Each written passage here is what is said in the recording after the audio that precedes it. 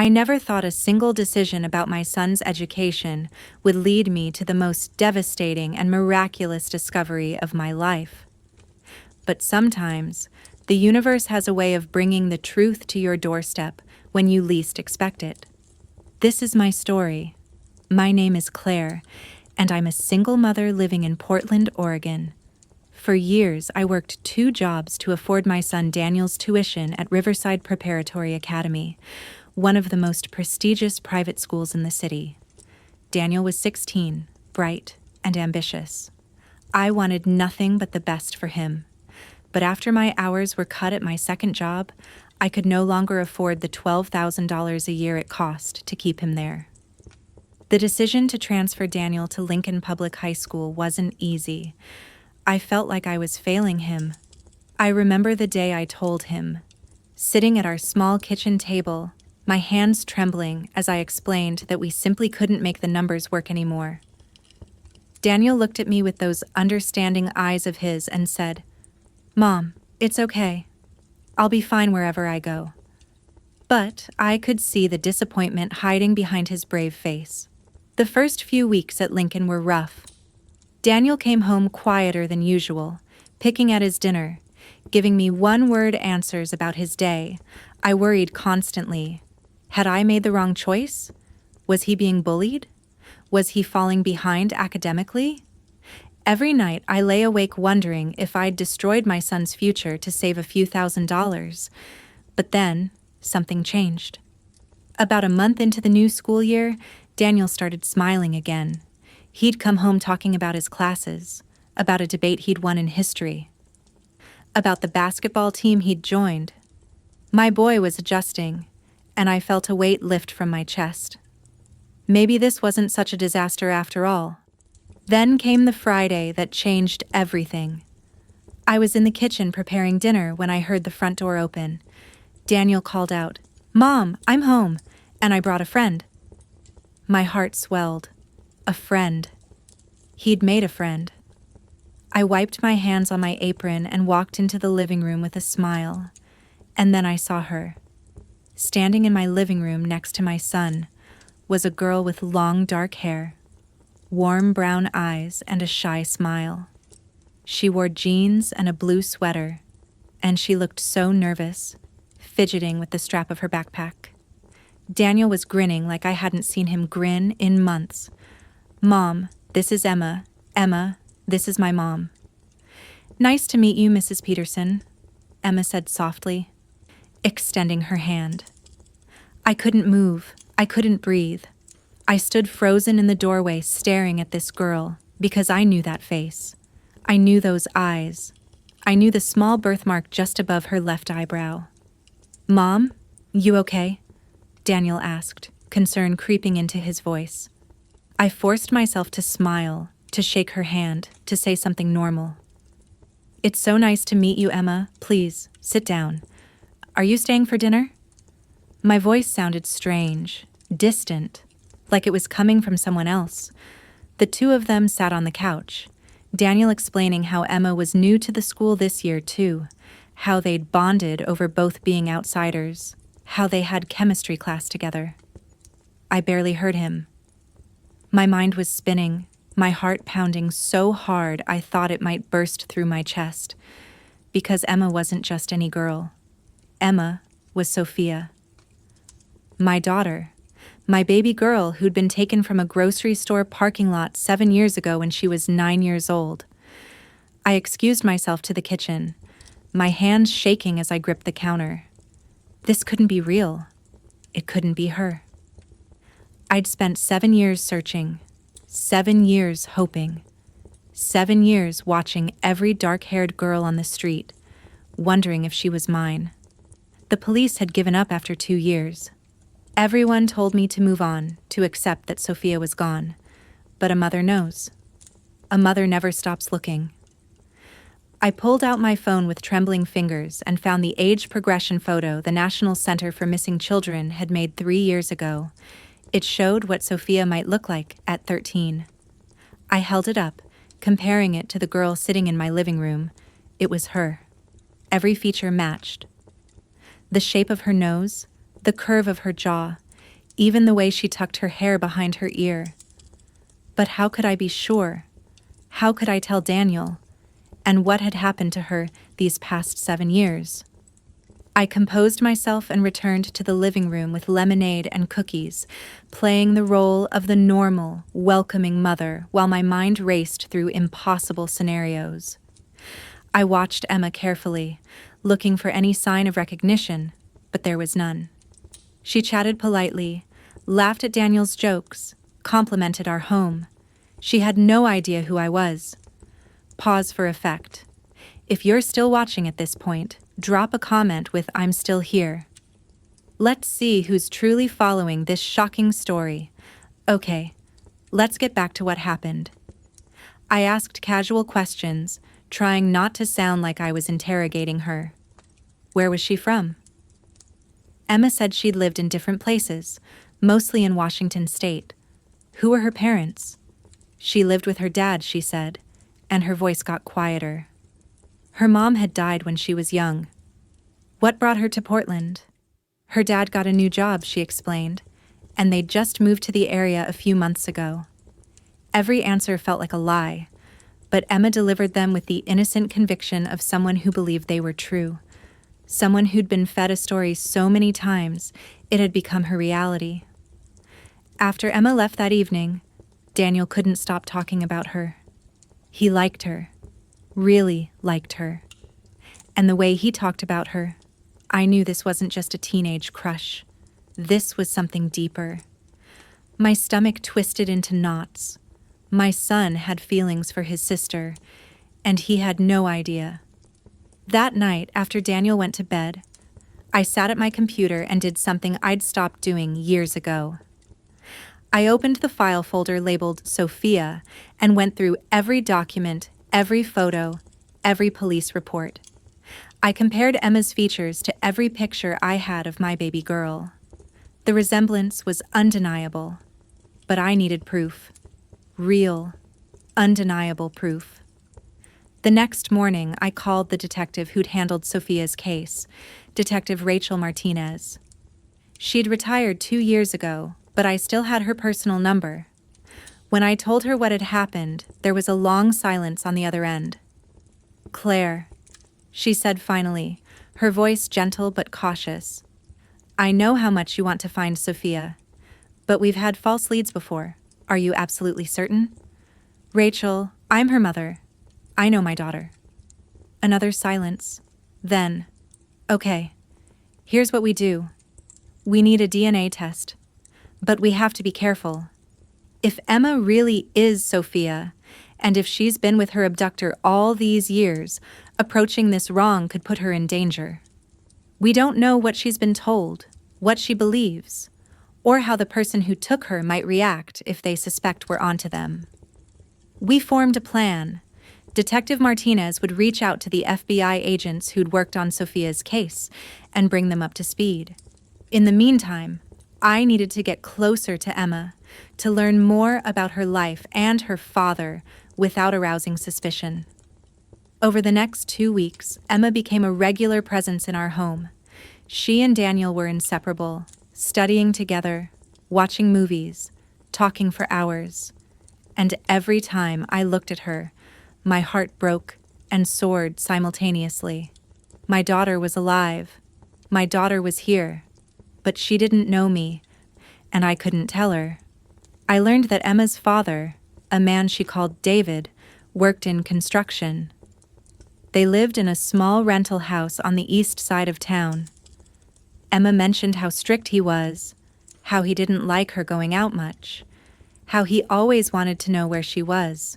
Red flags everywhere.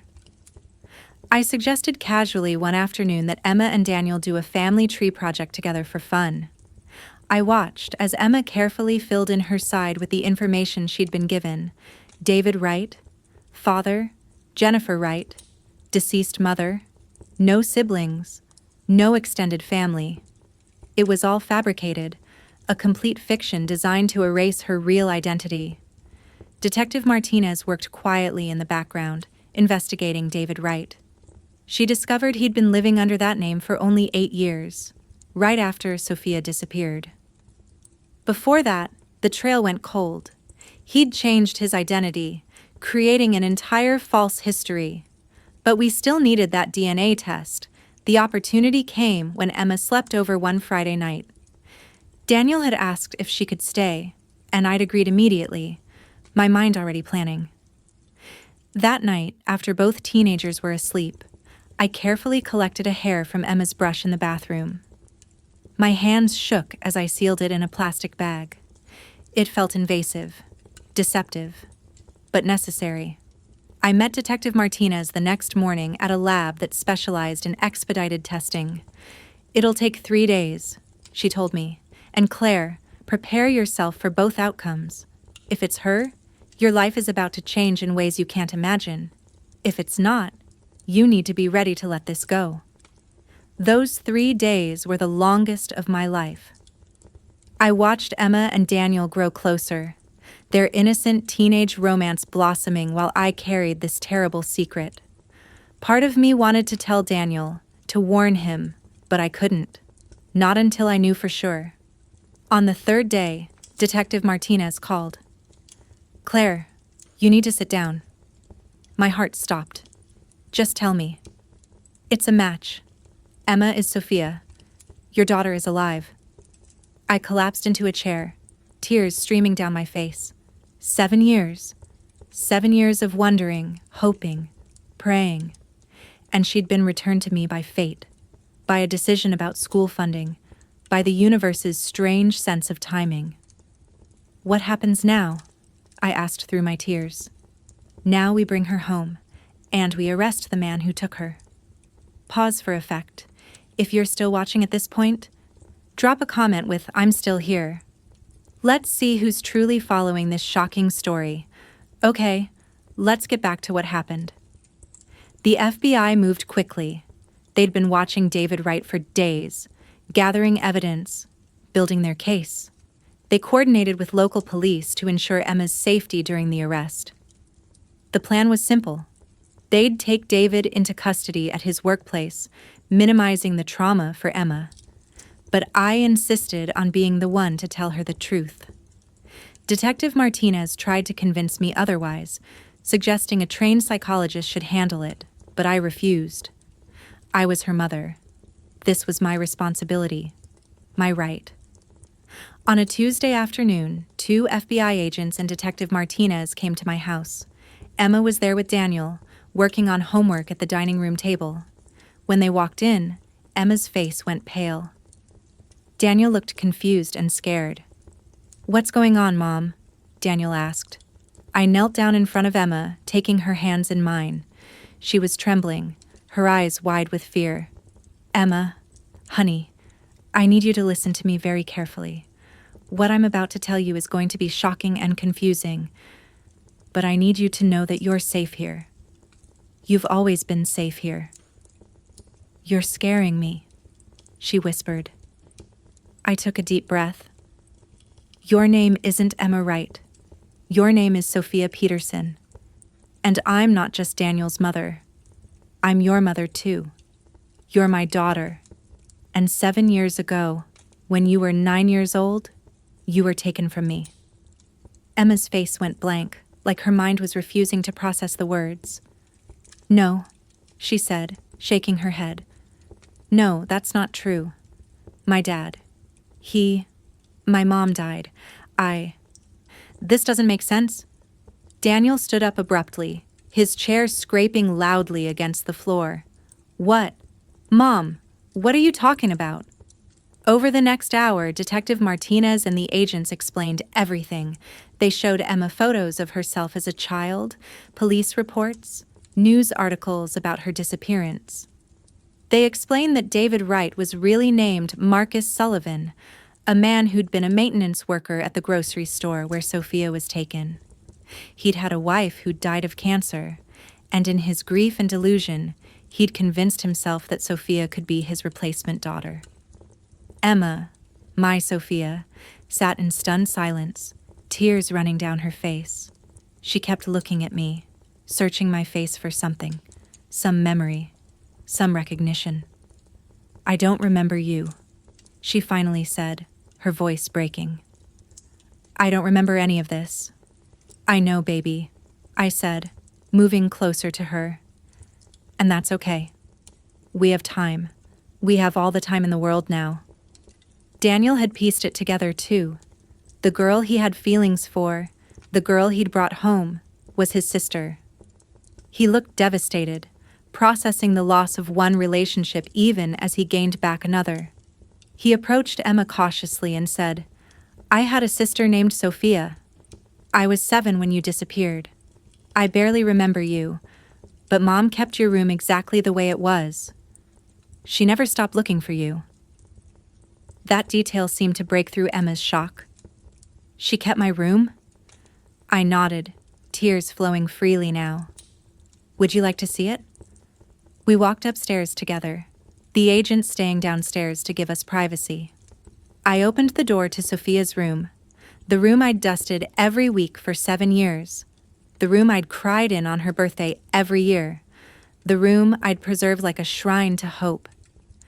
Emma stepped inside and looked around at the pink walls, the stuffed animals on the bed, the books on the shelves, the photos on the dresser. She walked slowly to the dresser and picked up a frame containing a photo of her at age 8, smiling at the camera, missing her 2 front teeth. I remember this, she whispered, touching the glass. I remember this day. We went to the zoo. There were penguins. She looked at me, her eyes filled with tears and confusion and something else, something that looked like recognition. You bought me a penguin stuffed animal. My heart soared. Yes, I did. It's in the closet. I kept everything. Emma sank down onto the bed and I sat beside her. Not touching, just being present. Daniel stood in the doorway, watching his family come back together in the most impossible way. What happens now? Emma asked quietly. Do I have to leave? Do I have to go away? No, baby. You get to come home. If you want to. We'll take this as slowly as you need. There will be therapists, counselors, people to help you process all of this. But you never have to leave again if you don't want to.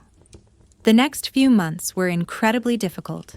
David Wright, Marcus Sullivan, was arrested and charged with kidnapping, child abduction, and a dozen other crimes. Emma had to testify about her life with him, and the truth that emerged was heartbreaking. He'd never physically harmed her, but he'd psychologically manipulated her, convinced her that her real family had died, that he'd rescued her from foster care, that he was the only person who loved her. Emma struggled with conflicting emotions. Part of her was angry at the man who'd stolen 7 years of her life, but part of her still saw him as the father who'd raised her, who'd taken care of her, who'd been her only family for so long. Trauma bonding is real and complex, the therapist explained, and it would take time to untangle. Daniel struggled too. His feelings for Emma didn't just disappear because they learned they were siblings. He was ashamed of those feelings, confused by them, grieving the relationship that could never be while trying to rebuild a sibling bond. He started seeing his own therapist to work through the complicated emotions. As for me, I had my daughter back, but she wasn't the 9-year-old I'd lost. She was 16, with 7 years of experiences I hadn't been part of, memories I wasn't in, a whole life that had happened without me. We had to get to know each other all over again. Slowly, painfully, beautifully, we became a family again. Emma started remembering things, little pieces of her life before. The way I used to braid her hair, the song I'd sing when she was scared, the special pancakes I made on Sunday mornings. Each memory was a gift, a bridge connecting who she'd been to who she'd become. She decided to reclaim her name, not immediately, but gradually. She introduced herself as Sophia to new people. She asked us to call her Sophie, a compromise between her 2 identities, acknowledging both the girl who was taken and the person she'd become. Daniel and Sophie's relationship evolved into a genuine sibling bond. They protected each other, supported each other, and yes, sometimes annoyed each other the way siblings do. The romantic feelings faded as the reality of their relationship solidified, replaced by the deep, unconditional love of family. A year later, we stood in a courtroom as Marcus Sullivan was sentenced to 30 years in prison. Sophie asked to make a statement. She stood before the judge and the man who'd raised her on a lie and said, "You took 7 years from me. 7 years I can never get back. You took me from a mother who never stopped searching, from a brother who grew up alone. But you didn't break me, and you didn't destroy my family. We found each other again, and we're healing. I forgive you, not because you deserve it, but because I deserve peace." I was so proud of her in that moment. My daughter, my brave, strong, beautiful daughter. Today, Sophie is 18. She's applying to colleges, talking about becoming a psychologist to help other trauma survivors. She still has hard days, days when the weight of what was stolen from her feels unbearable.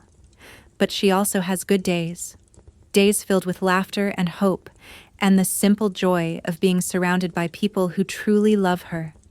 People ask me how I feel about the decision to move Daniel to public school, the decision that led to this miracle. I tell them I don't believe in fate, but I believe in resilience. I believe in the strength of a mother's love. I believe that sometimes the worst moments of our lives lead to the most profound blessings.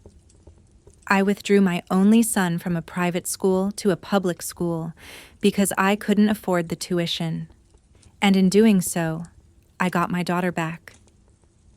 The universe works in mysterious ways, and sometimes, just sometimes, it works in our favor. Did you like my story? And which city are you listening from? Let me know in the comments section. If you like the story, you can support me by liking this video and subscribing to my channel so I can keep bringing more stories like this. Thank you so much for your sweet support. I'm looking forward to your comments and thoughts about this story. On the screen, you can see 2 new interesting stories that I highly recommend. There's so much more on my channel too. Don't forget to subscribe. See you in the next story.